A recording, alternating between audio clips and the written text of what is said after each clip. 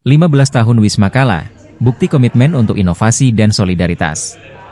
Wisma Kala merayakan ulang tahunnya yang ke-15 pada Senin, 20 Januari 2025, dengan semangat kebersamaan dan rasa syukur. Acara ini diisi doa bersama serta kegiatan donor darah yang berhasil mengumpulkan 131 kantong darah, hasil kolaborasi dengan PMI Kota Makassar. Tagline, Shaping the Future, mencerminkan misi Wisma Kala untuk terus berkontribusi melalui inovasi dan solusi yang berdampak positif. Perjalanan ini adalah bukti dedikasi kami dalam memberikan manfaat nyata bagi masyarakat, jika Ina Sakina Rustam, Operational Manager Wisma Kala. Keberhasilan acara donor darah menjadi sorotan penting dalam perayaan ini. Dukungan luar biasa dari peserta menunjukkan bahwa semangat berbagi dan peduli tetap hidup di tengah masyarakat, jelanjut Ina. Dengan perjalanan 15 tahun yang kaya akan pencapaian, Wisma Kala berkomitmen untuk terus memberikan dampak berkelanjutan. Gedung ini tidak hanya menjadi pusat aktivitas, tetapi juga simbol inovasi yang membentuk masa depan lebih baik bagi generasi mendatang.